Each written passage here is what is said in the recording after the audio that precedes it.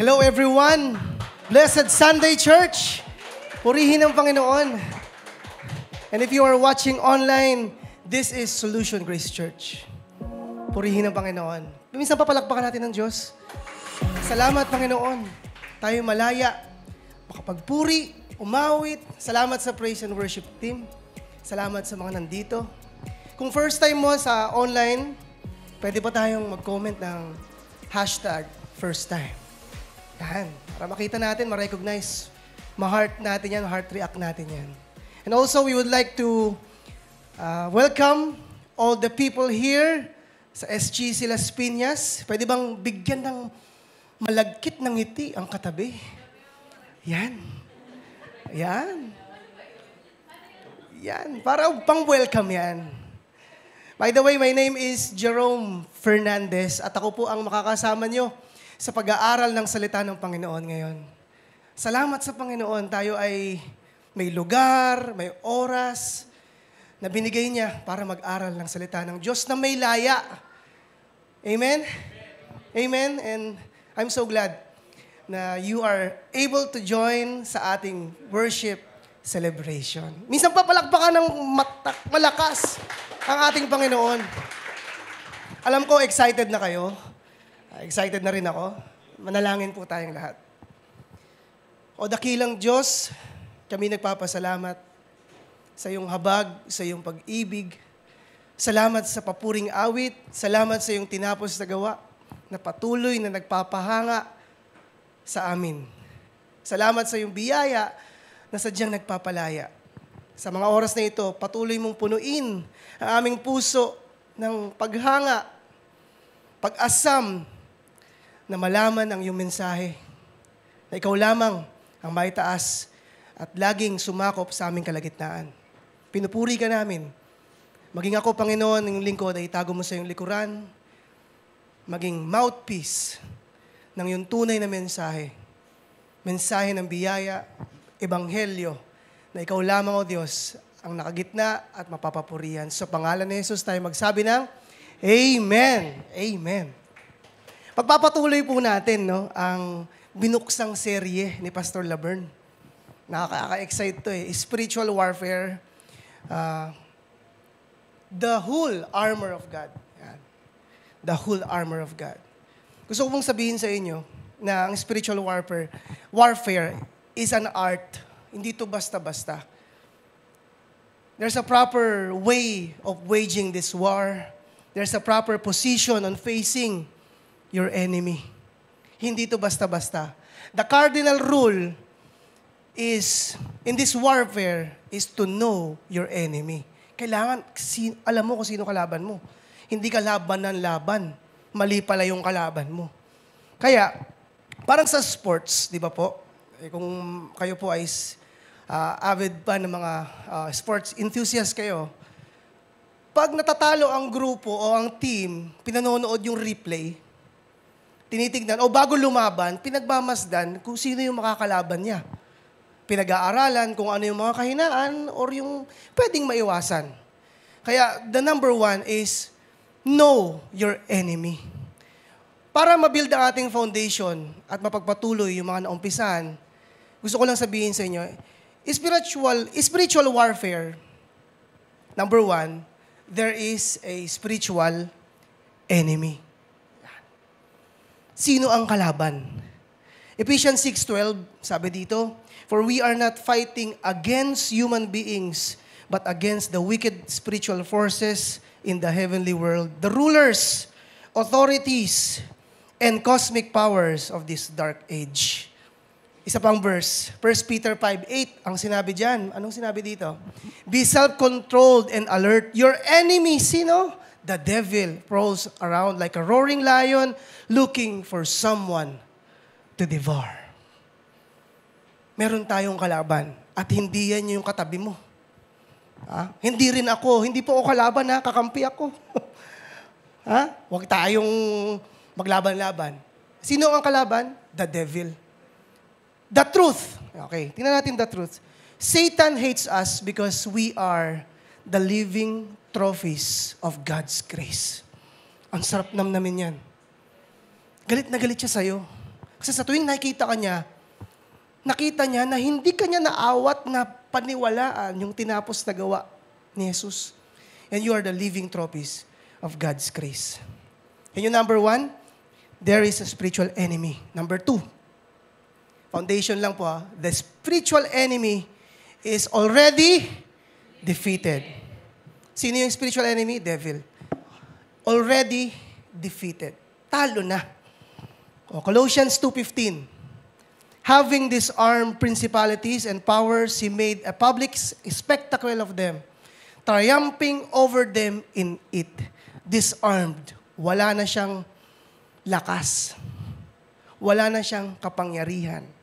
Isa pang verse, Hebrews 2:14. Inasmuch then as the children have partaken of the flesh and blood, He Himself likewise shared in the same, that through death He might destroy him who had the power of death, that is the devil. Tingnan natin yung Greek word dyan. Katargeo. Sabihin nyo nga, katargeo. Hinati sa dalawa. Kata, down. Argos, inactive, useless, without effect. At ang ganda nung tense dito sa Greek, eros tense. Ibig sabihin nun, once and for all. Minsan lang ginawa, pero effective habang buhay. Kaya, purihin ng Panginoon. Sige, palakpakan natin ng Diyos. Gusto ko lang maisip nyo, bago tayo magsimula, no? Wala na tayong kalaban. Kaya hindi na tayo natatakot. Ginawa na ni Jesus yun. Defeated. Once and for all in your life. Pero, hindi pa tapos ang laban, darling. Sabi ng enemy. Mamaya, patuloy natin. The truth. Yan. When Christ defeated the enemy, it is defeated beyond fatal. No more rematch. Wala nang rematch. Wala nang round 2. Wala na. Wala, nabuhay uli Wala na po. Patay, disarmed, destroyed. Yung kinanta natin kanina, sa krus, kanyang tinapos. Amen? Tapos na. Wala nang round 2, darling. Tapos na po. Yan po yung spiritual warfare. Yung tinalakay ni Pastor, di ba? Spiritual warfare, the whole armor of God. Naaalala natin to kapag meron tayong trials, tribulations, we are reminded of the whole armor of God. Ito yung matatagpuan natin sa Ephesians 6:10-15. Basahin natin lay down natin lahat. Finally, my brethren, be strong in the Lord and in the power of His might. Put on the whole armor of God, you may be able to stand against the wiles of the devil. Stop lang ako dyan, Wiles, para strategy, schemes. What are the schemes or wiles of the devils?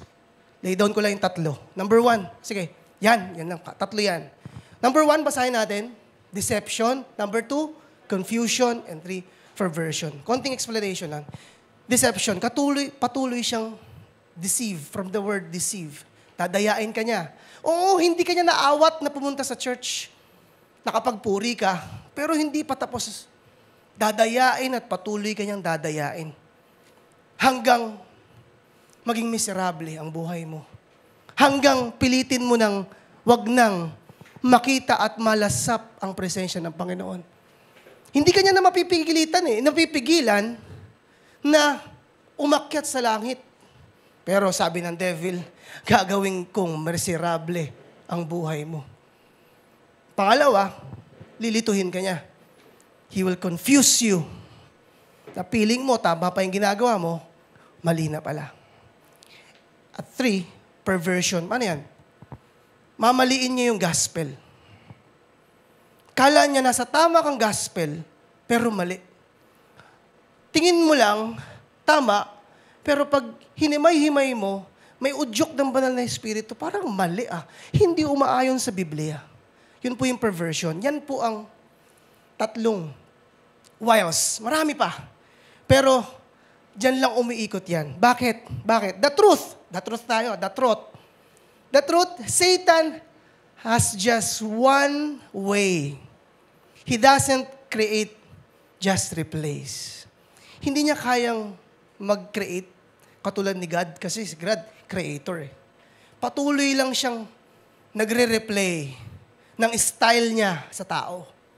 Kaya bilang warrior or lumalaban, ang banal na Espiritu magsasabi sa atin, "Oy, pastor, oy, sister, yan na naman yon, uulit ka na naman, napagtagumpayan mo na yan, kasi inuulit at inuulit yan." Nagbabaka sakali siya, baka makalusot ako. Sabi ni enemy, baka makalusot ako at pag nakalusot ka, mag-iiba na naman yung pakiramdam mo, yung momentum mo. Sabihin nyo nga, momentum. Naku, napaka-importante po niyan. Parang eroplano.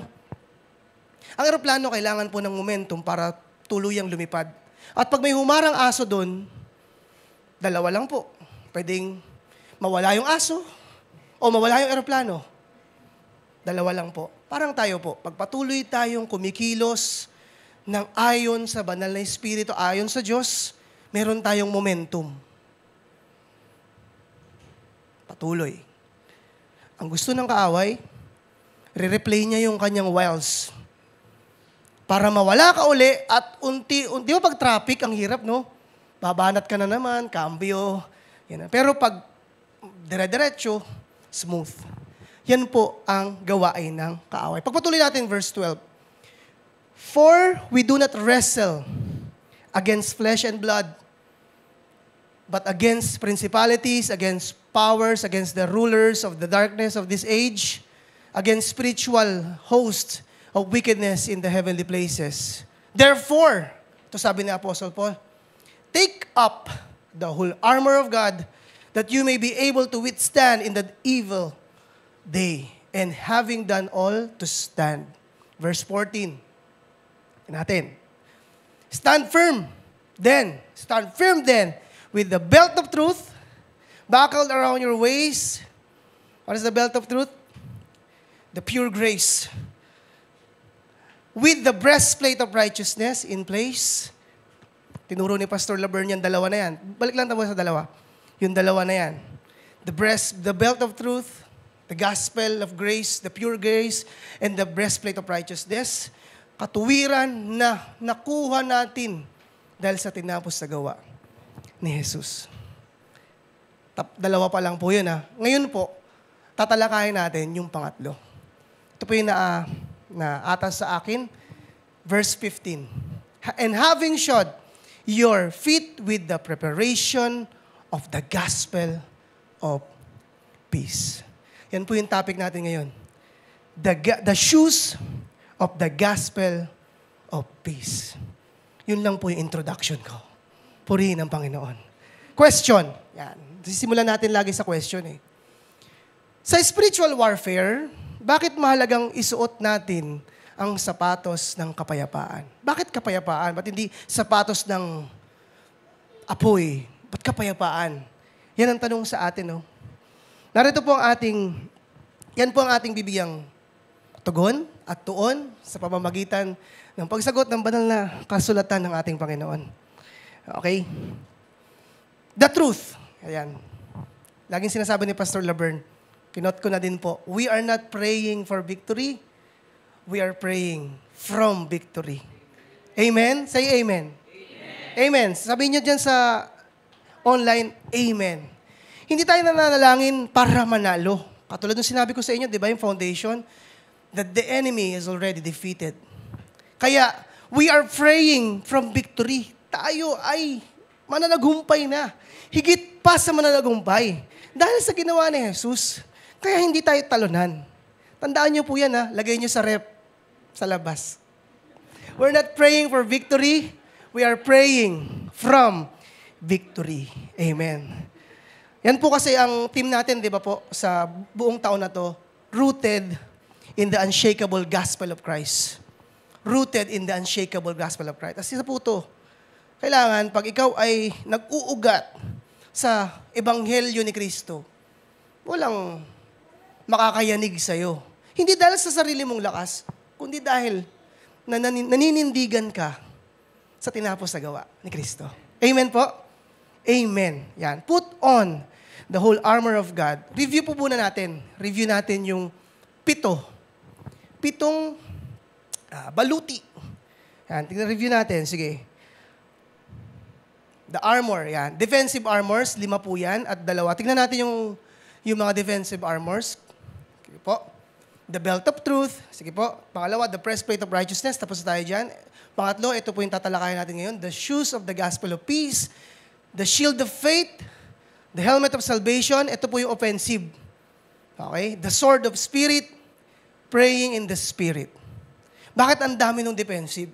Sabi nung napanood kong NBA, kasi ako po, sa basketball po ako, sabi nila, defense win championship. Kadalasan, pag nagde-depensa ka, mas madali ka na maka-opensa. Siguro ganyan lang din, no? Gusto ng Panginoon talagang umasa tayo kasi hindi tayo laban ng laban. No? Meron tayong defense. Kaya 5. Yun yung pangatlo na tatalakayin natin ngayon. Ngayon, the shoes of the gospel of peace. Guarding against the enemy's lies. Ngayon, kilala na natin ang enemy natin. Sino po enemy natin? Satan, the devil, Satan. Okay. Pakita ko lang po sa inyo yung shoes. Yung picture ng shoes. Pagmasdan niyo po hindi po yan white shoes. Okay po? Ganyan po yan. Bago po suotin yan hinalintulad po to sa Roman soldier. Hindi po sa combat shoes. Bago po nila yan suotin, talagang dapat saktong-sakto yan sa paa nila. At may tali po yan hanggang dito. Hindi yan slip-on. Ayoko na to. Hindi yan po slip-on. Talagang nakatali po yan, mahigpit na mahigpit. Kasi ang soldier, wala naman, lalakad lang talaga sila. At sa ilalim niyan, nakikita niyo po yun, merong konting mga bakal-bakal, mga spikes. Para hindi madulas, para din pag meron silang nakitang mga hayop, yung mga alakdan, yung mga gumagapang, kayan patayin. So yan po, imagine niyo Diyan inalihin tulad ni Pablo ang gospel of peace. Bakit? Yan. Kasi habang naglalakad sila, okay, kailangan hindi natatanggal. Okay? Ephesians 6:15, and having shod your feet with the preparation of the gospel of peace. Ano yan? Pastor, bakit gospel of peace? Now, I will share to you 3. How to put on the shoes of the gospel of peace. Ready na po ba kayo? Ready na po ba kayo? Ako ready na kanina pa. Purihin ng Panginoon. Minsan papalakpakan natin ng Diyos. Thank you, Lord, sa revelation mo. Paano ba natin susuotin? 3 lang po. At namnamin po natin yung mensahe ng Panginoon. Number 1. We are to walk in these shoes, may karuktong pa yan, a great distance. Kaya nakahigpit yan, hindi yung, ayoko na. Tanggalin ko na, magpaala lang ako.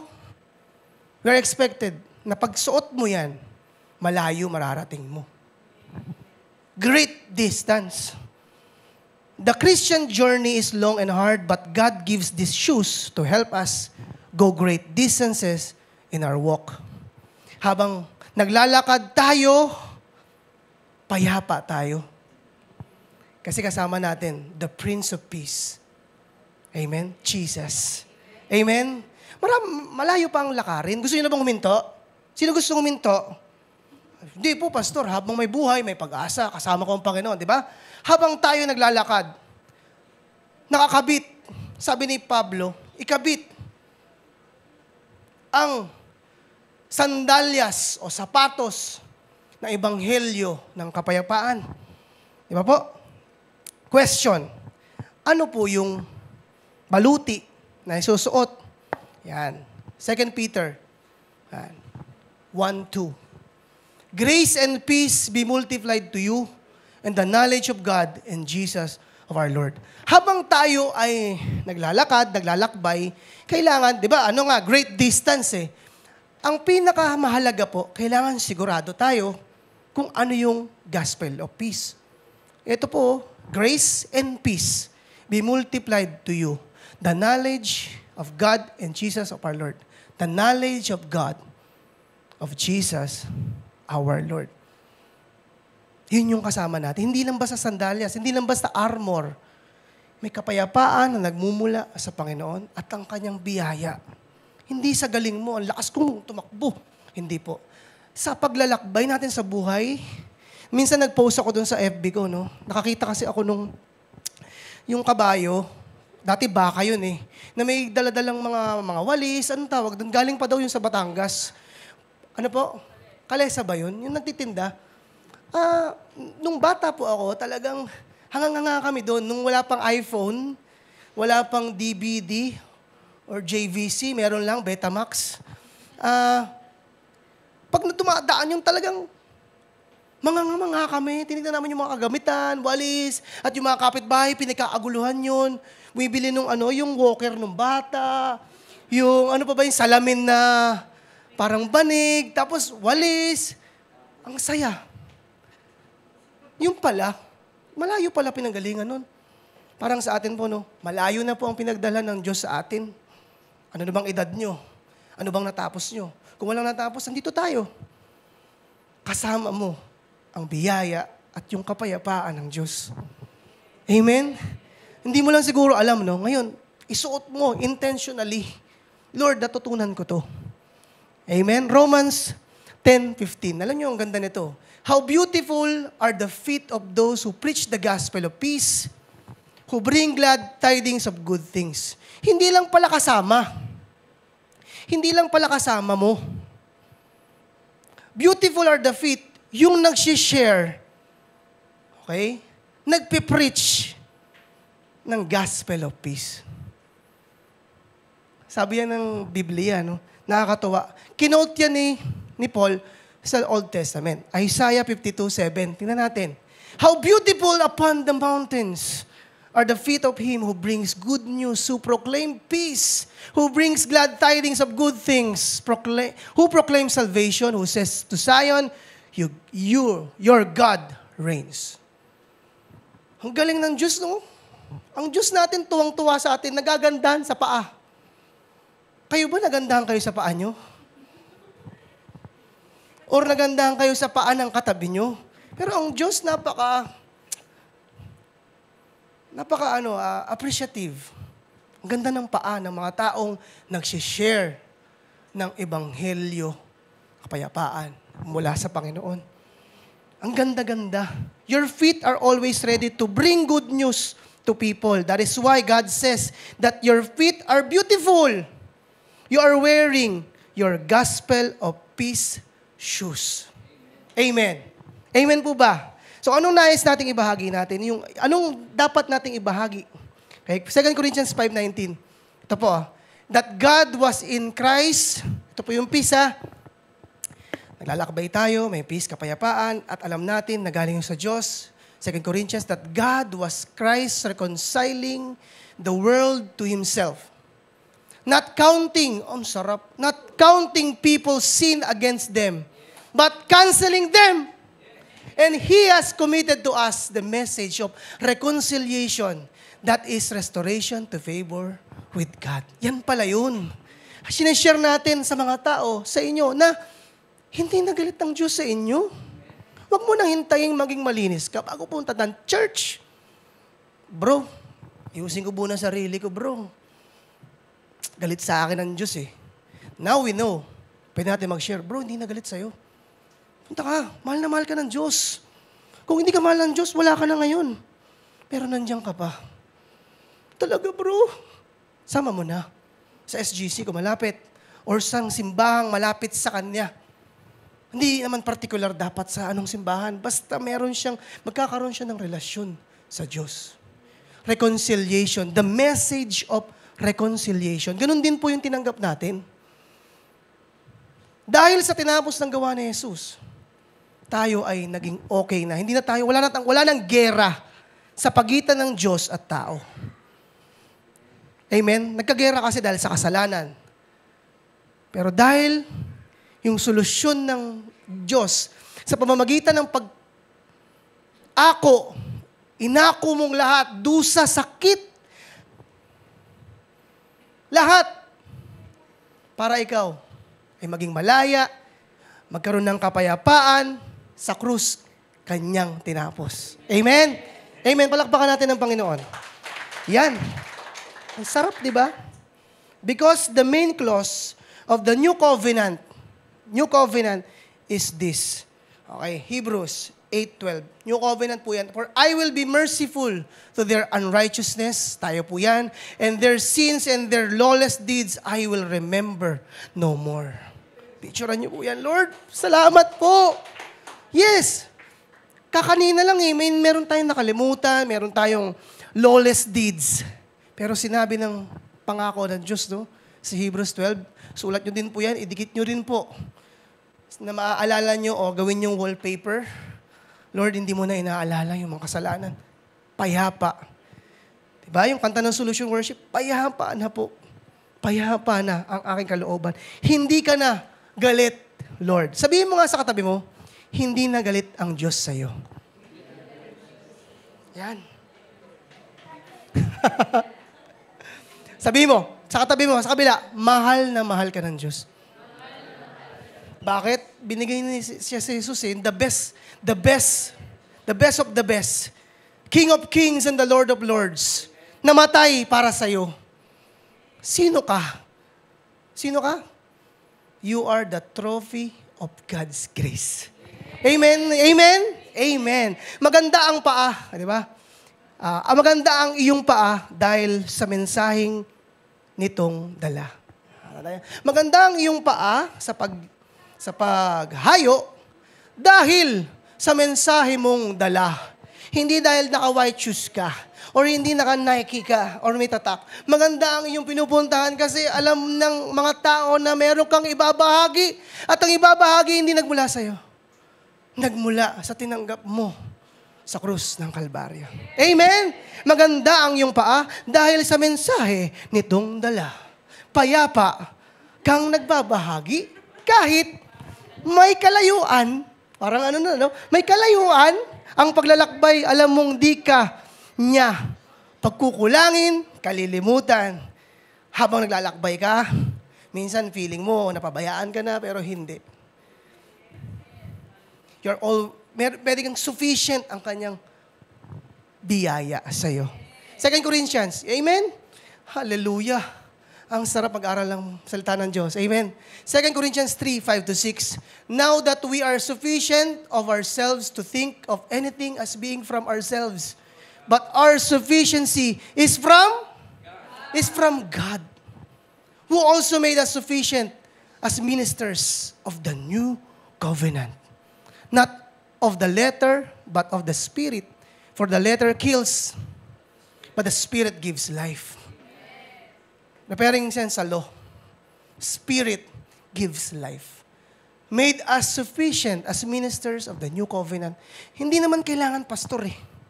Hindi kailangan Bible school. Hindi kailangan lagi sa church. Lahat tayo pwedeng maging ministers of the new covenant. Paano, pastor? By simply liking the page, sharing yung mga verses, nagbi-minister ka na. Hindi mo kailangan tumayo sa harapan. Kung may gusto mong tumayo sa harapan, pag-pray natin, puntahan mo ang pastor, mag-aral. Pero kung simple kang tao, ikaw ay nasa backstage lang, kahit walang backstage, nandun ka,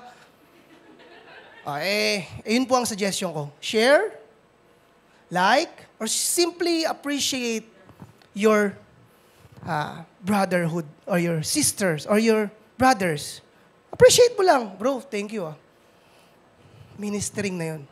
Kasi yung mga nagmi-ministers, yung mga tumatayo, pag na-appreciate mo sa special way na gusto mong gawin, nagiging vessel ka ng pagpapala. At itong taong to na napagpapala sa buhay mo, patuloy na lalakad at hahayo. Amen? Amen? Kaya nga ang LP, nakarating ng Caloocan. Nakarating ng Taytay. Amen? Di ba kayo masaya doon? Parang hindi kayo masaya. Palakpakan natin ng Panginoon doon. Ang bihira. Laging suot ni Pastor Laber ng sandalyas ng Ebanghelyo ng Kapayapaan. Okay? Ang mga nagsishare na yan, napapansin nyo pag New Covenant, palangiti sila.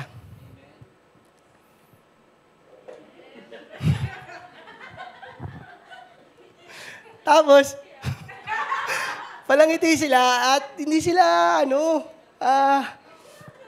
hindi ka ganun, alam nyo, hindi matampuhin. Napaka broad o open-minded. Sabi ko nga sa mga, sabi ko sa mga kabataan na gusto maglingkod, alam mo, makikita mo ang nagmi-minister sa Diyos. Hindi sila matampuhin. Hindi yung balat sibuyas. Kuta mo sa CR, nandun, dahil di napansin, hindi nakamayan, ano pa ba, hindi nabate ng birthday, ano pa bang mga dahilan? Ano pa ba? Hindi man lang natignan. Parang kala inirapan. Kasi titingnan niya na.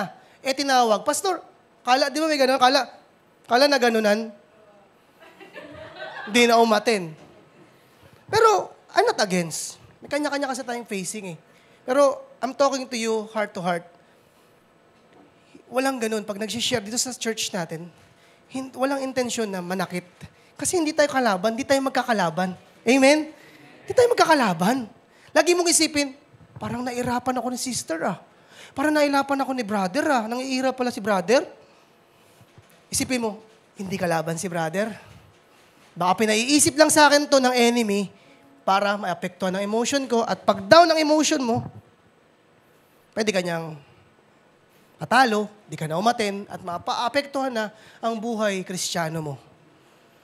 Pero, makikita mo, ang mga taong nagsishare ng Gospel of Peace, ng Pure Covenant of Grace, palangiti. Amen? Diba, Pastor? Hallelujah. 1 Corinthians 2:2. Hanggang mamaya, Pastor. For I decided, sabi ni Paul, serious na tayo, serious.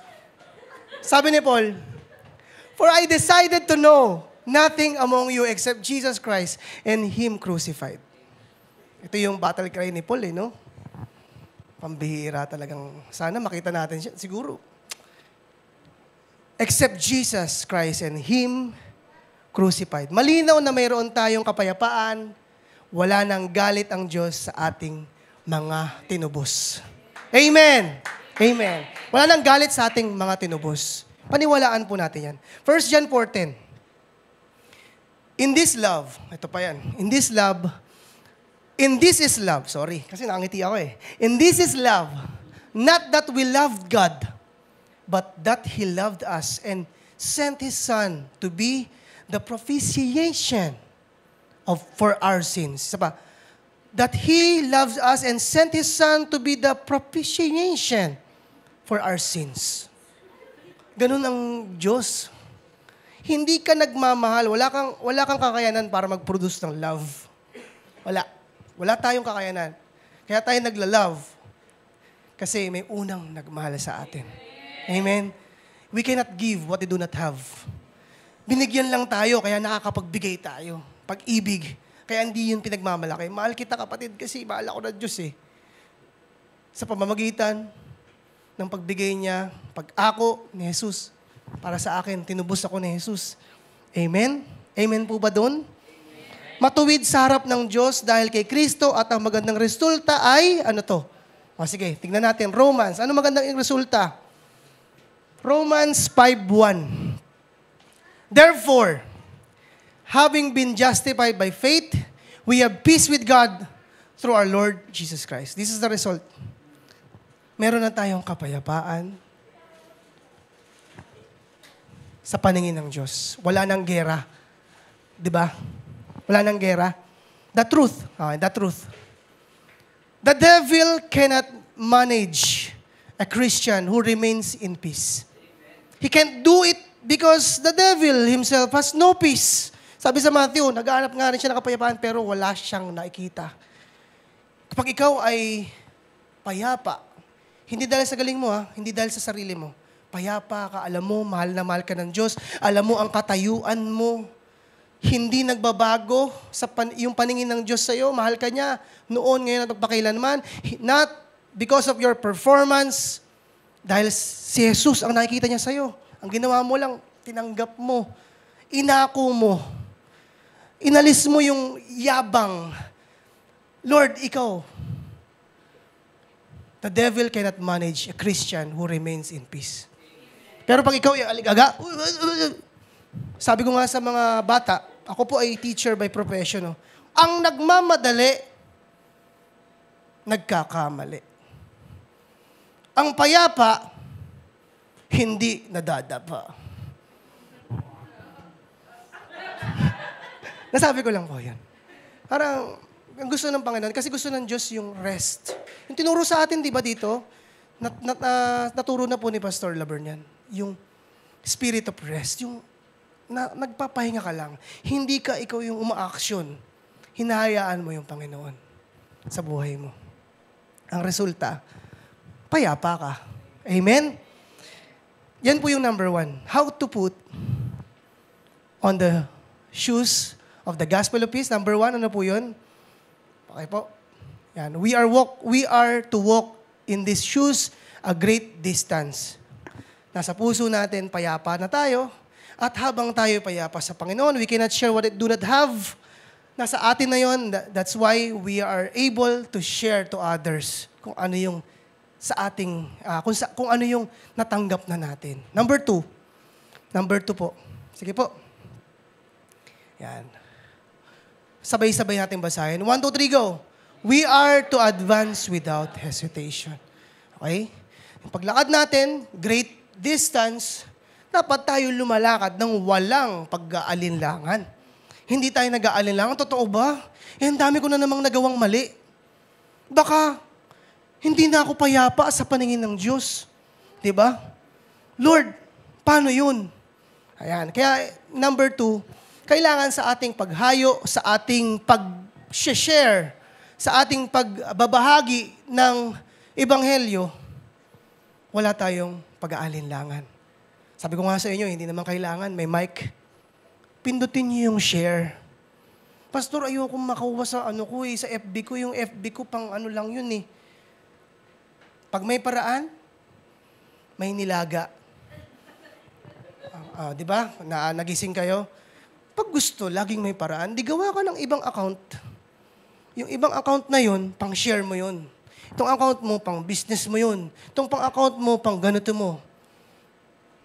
Suggestion lang po. Walang pilitan.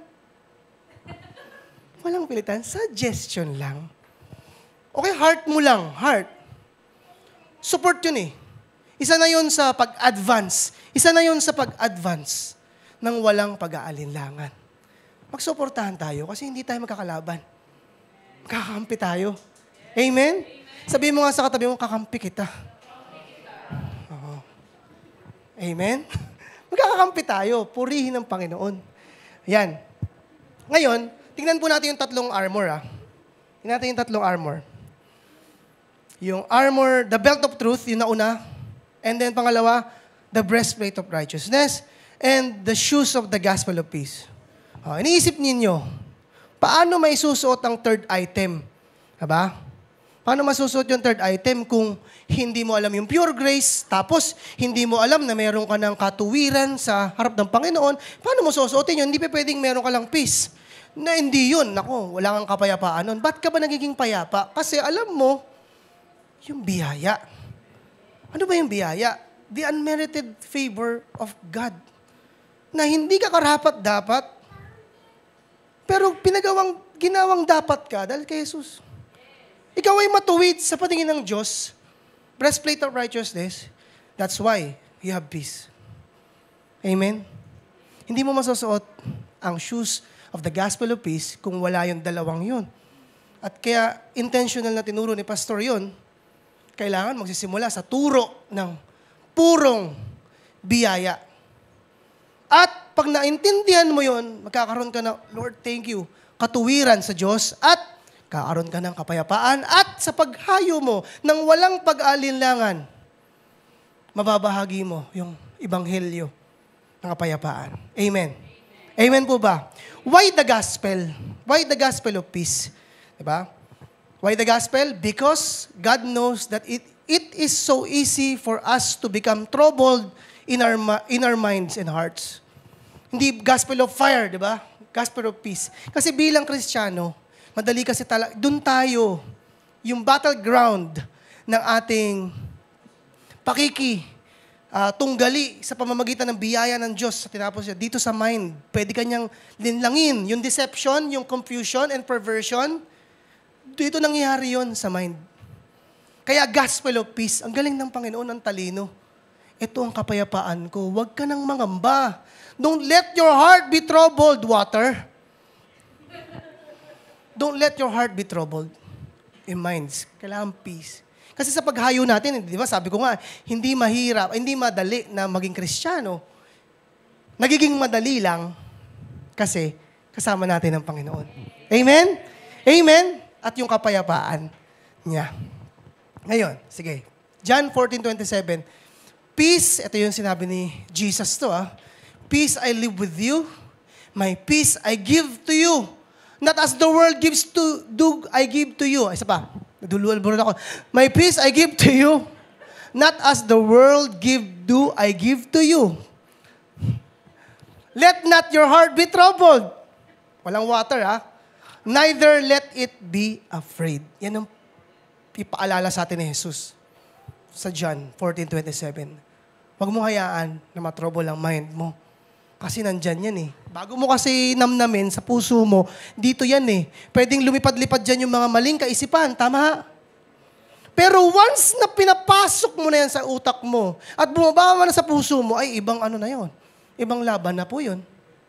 Pwede na siyang maging habit. Pwede na siyang magkampo sa puso mo at nagiging mali na at negatibo na ang iniisip mo. Pwede naman dumaan Wala namang masama Iniisip ko yun Pero erase. No, don't let your heart be troubled. Mahal ka ng Panginoon. Because of Jesus Christ, you have peace. Wala nang gera. Amen? Pero ang kaaway, diyan, tumatambay sa ating isip, ating puso. Kaya huwag mag-hesitate.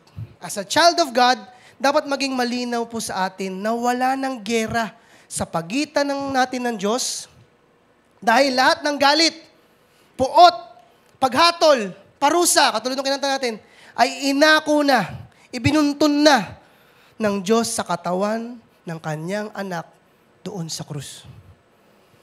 Wala na. Tapos na. Kaya malaya ka na. Ginagabayan ka niya. Question, so paano po natin gagawin na hindi tayo maging troubled? Meron ding verse. Sige, tingnan natin. Philippians 4:6. Be anxious for nothing, but in everything by prayer and supplication and thanksgiving, let your requests be made known to God. Verse 7, and the peace of God, which surpasses all understanding, will guard your hearts and minds through Christ Jesus. Di ba sabi ni Jesus kanina, huwag kayong mabahala. Don't let your heart be troubled. Paano yun? Kami ba kikilos? Paano mo masisecure or paano mo mauunawaan o mapoprotektahan ang iyong isip at ang puso? Nandyan po, prayer, supplication, thanksgiving. And after that, the peace of God ay mapupunta sa iyo. Amen. Amen po ba? Nandiyan po ba kayo mga kapatid? Sige nga, bigay natin ng kapayapaan ng ating katabi.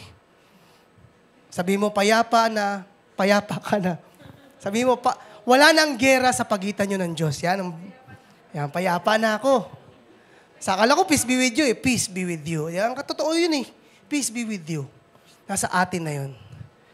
Okay? At kapag patuloy mong nararanasan ng kapayapaan, laging mong suot ang sandalyas, panyapak, na pagiging handa sa pangangaral na magandang balita ng kapayapaan. Kapag ikaw hindi troubled, sure, suot mo ang shoes of the gospel of peace at lagi kang handang ipabahagi yun. Amen po ba? Amen. Romans 10:15. How beautiful are the feet of those who preach the gospel of peace, who bring glad tidings of good things. Ganyan po, beautiful. Ang ganda ng paa. Sabi mo sa katabi mo, ang ganda ng paa mo. Ayan. Sige, sabi mo sa likod, ang ganda ng paa mo. Ayan. Number 2. Yan yung number 2. How to put on the shoes of the gospel of peace. Number 1, pakipindot na lang, bro. Meron palang anime. Yan. Number 1, tingin nga. Ba't wala?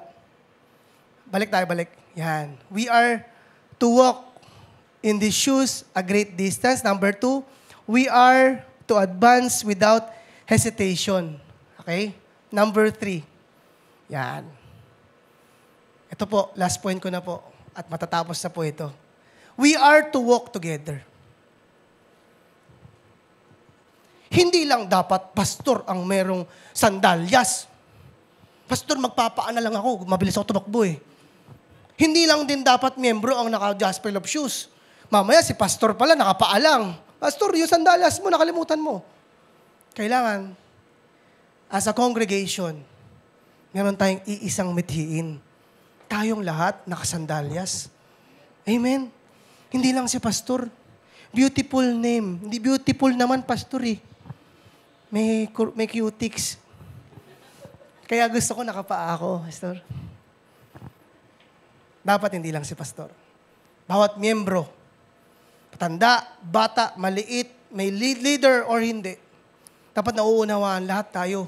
Isuotin natin ang sandalyas ng biyaya, ebanghelyo ng biyaya, o kapayapaan ng Diyos. Amen? Amen po ba? Para ayaw nyo Okay? Sa Roman troops, gusto ko pong sabihin sa inyo bago tayo mag-move forward. We are to walk together. Yung mga Romano, alam niyo po yung the 300s? Napanood yun? Di ba? Although hindi ko alam kung totoo lahat yun.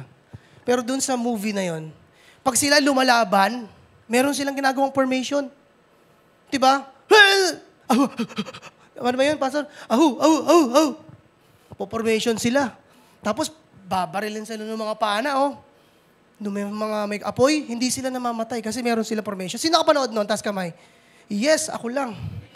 Dalawa lang kami. Nood din kayo minsan pag may luma na kasi yun, sobrang bata pa, Nung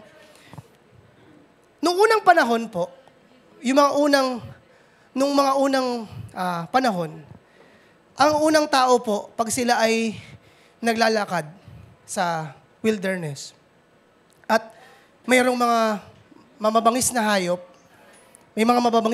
alam niyo po ginagawa ng mga unang tao? Nagtatabi-tabi sila. Nagsasama-sama sila. At nagpo-formation sila. Bakit? Sa tatakbo yung mga mababangis na hayop. Bakit? Nagpo-form sila, nagsasama-sama sila, parang magmukha silang malaki.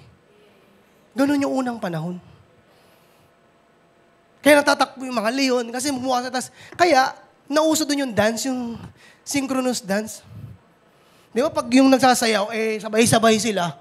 Ang ganda, mukhang iisa. Parang isang tao, ang laki. Para masuot natin ang gospel of peace, kailangan lahat tayo. Hindi lang yung nagtuturo. Lahat tayo. Kasi pag lahat tayo merong ganun, mukha tayo malaki. Natatakot ang kaaway. Kasi lahat tayo, wala akong maano dito Sino ba? Si sister. Hala. Si sister. Hala. Lipat na lang ako. Lipat na siya. Kasi lahat payapa Di ba kasabi kanina, ang taong payapa, hindi kayang i-manage ni Satan. Pero pag si pastor, I walk.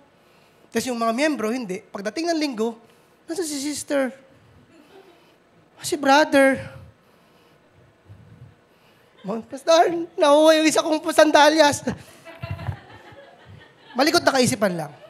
Pero we are to walk together. Amen. Amen po ba? Kaya, tingnan nyo sa Proverbs.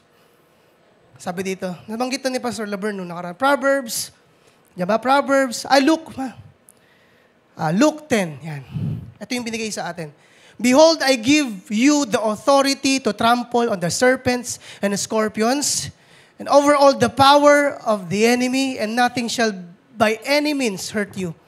Hindi lang yan sa isang tao, Hindi lang yan sa isang tao. Dapat lahat tayo. Alam natin ang ating otoridad. Sorry po. Alam natin ang authority. Alam natin ang authority natin na binigay ng Panginoon. Hindi dahil sa atin yan, binigay ng Panginoon. Dapat lahat tayo, hindi yung pastor, pupunta kay pastor, may scorpion, no? Saka serpent. Dapat ikaw alam mo yun. Kaya we are to walk together. Sabi sa Proverbs 27:17, proclaims as iron sharpens iron, so one person sharpens another. Kaya may solution 101. Kaya may small group. Kaya may solid.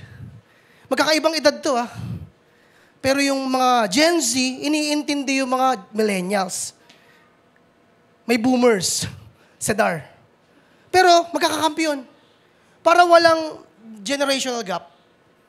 Hindi kayo kasi ganyan kayo eh. Kumbaga, yung mga generation, nagtutulungan. Amen? Hindi yung nag-aawayan. We are to walk together. Amen po ba? 1 Peter 5:8, be sober and be vigilant, because your adversary, the devil, walks about like a roaring lion, seeking whom he may devour. Pero pag tayo ay sama-sama, wala siyang makitang butas, foothold. Eto si sister, dito payapa, nagugumalihanan. Wala siyang makitang ganon, aalis siya. Okay? Aalis siya. Okay? Kasi tayo ay iisa. 1 Peter 5:7. Last verse. Yan. Last 2 verses na lang po. Ano gagawin natin bilang naglalakad tayo ng together? Casting all your cares upon Him, for He cares for you. Tinuro to ni Pastor. Tumatak sa akin. Let's do all the casting and hayaan natin yung Panginoon ng caring. Cast ka lang ang cast. Diba? Dati nung bata ko, kala ko bawal humingi sa Diyos. Panginoon, sorry Lord, hingi ako ng hingi. Gusto nga ni Lord yun eh. Bigay mo lahat sa akin. Hingin mo lahat. Ako bahala sa'yo. Tatay mo ako eh. Diba? We have relationship eh. Huwag tayong mahiya. I-maximize natin. Thank you, Abba Father. Thank you, Jesus. Thank you, Daddy God. Thank you, Papa God. Amen? Amen! Hindi siya nahuubusan. Huwag kang mahiya. Ginagawa mo kasing lolo mo eh. Ginagawa mo biyanan mo o ginagawa mo papa mo. Baka mayroon ka pa ba? Parang ginagawa natin. Meron pa po ba kayo? Pa? Hindi. Si Lord, hingin mo lahat. Lahat. Pag-pray mo, Lord. Gusto ko magkaanak. Gusto ko magkakotse. Gusto ko ng magandang kinabukasan. Gusto ko ng magandang marriage. Teka lang. Sasalita pa. Gusto ko ng magandang kinabukasan. Gusto ko ng financial breakthrough. Gusto ko ng healing. Bibigyan ni Lord. Lahat. Amen? Amen po. Church, let's do all the casting. Let us do the casting and let Jesus do the caring. And by doing so, we are wearing the shoes of peace. Sama-sama tayo. Amen po. The truth. The truth. The devil cannot manage a church who remains in peace. Sabay-sabay nating basahin to. 1, 2, 3, go. The devil, as a whole. Di pwedeng si pastor lang. Mga sandalyas. Lahat tayo. Amen? How to put. Yan na po. Reviewin ko na po 4. Sige, pakiclick bro. Tapos na po ako. Salamat sa Panginoon. Sige. Sige, lahat na bro. Ito yung 3. How to put on the shoes of the gospel of peace. Number 1, sabay-sabay po. We are to walk in these shoes a great distance. Number 2, we are to advance without hesitation. Number 3, we are to walk together. Amen po. Amen po ba? 1 Corinthians 2:2, for I decided to know nothing among you except Jesus Christ and Him crucified. Ganyan po yung battle cry natin, yung motto natin, Lord, Ikaw. Okay? Question. Sige po, pakita natin yung question kanina. Sa spiritual warfare, bakit mahalagang isuot natin ang sapatos ng kapayapaan? Isa pa. Sa spiritual warfare, bakit mahalagang isuot natin ang sapatos ng kapayapaan. Bakit? Kasi nagbibigay po ito ng proteksyon sa ating spiritual. Di tayo madaling madulas, di tayo masusugatan, di tayo madaling mapasok ng kaaway. Yung aso, okay, gusto ko lang sabihin, yung aso, nagkakakuto yan, hindi lumilipad yung kuto, or yung mga pusa, dumadapo sa kanila. Pwede rin, no? Pero nagsisimula kasi yan sa paa. Naglalakad sila, tapos kakapit dito, hanggang gumapang na sa buong katawan. Kaya nga nauso dun sa yung sandalyas ng mga aso, di ba? Para maprotektahan ang kanilang mga paa. Pero wala silang pangamba, di ba? Kasi aso naman sila eh. Tayo, subukan nyo na ba magpaa? Nangangamba kayo. Baka merong sakuna, may tibo. Suot mo ang sapatos, ang sandalyas ng ebanghelyo, ng kapayapaan ng Diyos. Para mawala ang pangamba mo. Mawala ang lahat ng alinlangan mo. At huwag ka mag-alala, dahil hindi ka naman nag-iisa. Yung katabi mo, may suot din niyang sandalyas. Sa panahon na tila baga, nawawala ang kapayapaan mo, putuhin ka lang. Hindi yan ang kaaway mo, yung katabi mo. Kakampi mo yan. Amen? Solution. Ang pagsuot ng sapatos o panyapak ng kapayapaan ay naitatag na sa katotohanan na wala ng gera sa pagitan ninyo ng Diyos dahil kay Kristo. Amen! Amen! Purihin ang Panginoon. Last verse na po, pinakalas na po, Romans 5:1-2. Therefore, having been justified by faith, we have peace with God through our Lord Jesus Christ, through whom also we have access by faith into this grace in which we stand and rejoice in hope of the glory of God. Salamat sa biyaya ng Panginoon. Tayo ay payapa na. Amen. Palakpakan natin ang Panginoon. Pwede ba nating iyuko minsan natin ang ating mga ulo, ipikit ang ating mga mata bago tayo mawit. Alam ko, sa sandaling ito, may isang tao, dalawa, ang ngayon lang nakarinig ng ganitong mensahe na tila bagakala niya galit sa kanya ang Diyos. Kapatid, hindi na galit sa iyo ang Panginoon. Matagal ka niyang gustong katagpuin. Matagal na siyang gustong magpakilala sa iyo. At kung ngayon mo lang narinig ang mensaheng ito, inaanyayahan kita sa panalangin ng pagtanggap. Upang maranasan mo ang katuwiran na nagmumula sa Panginoon. Upang maranasan mo ang kapayapaan. Isa lang ang susi. Tanggapin mo ang Panginoong Hesus. Manalangin po tayo. Sabihin mo ng buong puso, Panginoon, salamat po dahil mahal mo ako. Narinig ko ang mabuting balita na ikaw ay hindi nagalit sa akin. Na matagal mo nang pinatawad ang aking mga kasalanan. Meron na akong kapayapaan sa puso. Kaya sa oras na ito, tinatanggap kita bilang aking tagapagligtas, Diyos, at aking kaibigan, aking Ama. Salamat dahil isinulat mo na ang aking pangalan sa aklat ng buhay. At sa mga oras na ito, ikaw ay nasa akin, ako ay nasa iyo. Hindi na po ako mawawalay sa pag-ibig mo. Salamat, baguhin mo ako.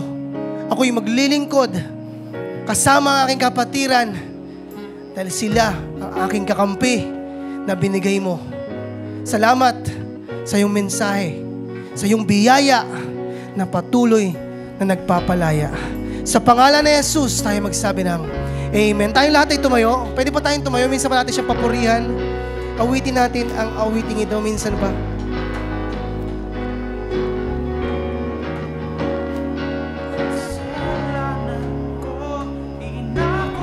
Salamat, Panginoon. Sa sakit at paghihirap, niligtas ang buhay kong hindi karapat-dapat. Pasalamatan mo ang Panginoon. Purihin ka, Jesus. Salamat po. Minsan ba, sa kamatayan mo, Kamatayan mo sa krus ng Kalbaryo, binayaran ang lahat ng kasalanan ko. inako mong ganda Sa sakit at pag-iirap, niligtas ang tulad kong hindi karapat-dapat. Purihin ka. Purihin ka, Jesus. Minsan pa po, sa kamatayan mo, Sa kamatayan taas mo ang iyong tinig sa Panginoon. Ang iyong pasasalamat sa Diyos. Binayaran ang lahat ng kasalanan ko. Inako mong ganap, sa sakit at pag-hirap, niligtas ang tulad kong hindi karapat-dapat. Salamat, Panginoon. Purihin ka, Jesus, sa krus mo. Salamat, Panginoon. Hindi kami karapat-dapat. Salamat. Inako mo ng lahat upang bigyan kami ng kalayaan, katuwiran, kapayapaan na kami ay merong kumpiyansang tumingin sa iyo dahil anak mo kami. Nakataas mo ang aming kamay. Inaamin namin, Panginoon, hiwalay sa iyo, wala kami magagawa. Inaasa namin sa iyo, lahat ng meron kami ay nanggaling sa iyo. Lahat ng magkakaroon pa kami ay manggagaling sa iyo. Hindi mo kami pagkukulangin. Panginoon, pinagpala mo kami. Kapatid, receive the blessing of His peace, the gospel of peace. Pinayapa na ng Diyos ang puso mo. Ano man ang iyong pinagdadaanan sa mga sandaling ito, pinayapa na ng Diyos ang puso mo. Sinolusyonan na ng Diyos ang mga tanong na hindi mo masagot. Binigyan na ng sagot ang mga problema mo. Ibigay mo lang lahat sa Kanya. Cast all your cares upon Him. Cast because He cares for you. Salamat, Panginoon. Salamat, Ama. Salamat, Jesus. Salamat. Sa isang buong linggo, iningatan mo na po ang mga kapatirang ito at ang manonood sa online. Your divine protection be with them. Your blessings and favor will follow us all the days of our lives. And we will dwell in the house of the Lord forever. Thank you, Lord, for your finished work. Salamat. Hallelujah.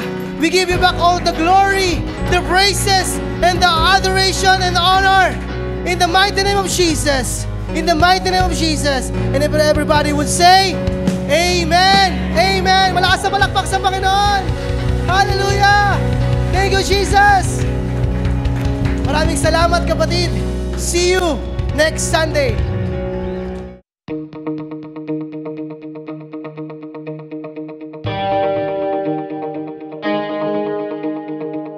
Amen! Thank you, Lord, for a fresh revelation. I learned a lot today. How about you? Let us know in the chat kung ano ang favorite part mo sa ating preaching today. Let us continue to honor and worship our Lord Jesus through our giving of tithes and love offering. But let me remind you that your tithes belong to your home church. But if you are new and you consider Solution Grace Church as your home church now, here are the ways on how to give your tithes and love offering. Our details are shown on your screen right now.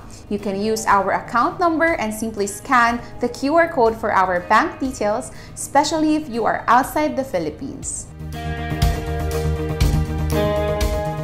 Thank you for being a faithful tither and a generous giver. As we prepare to give to the Lord, let us lift our phones and I will pray for you. Heavenly Father, we thank you that we can give to you.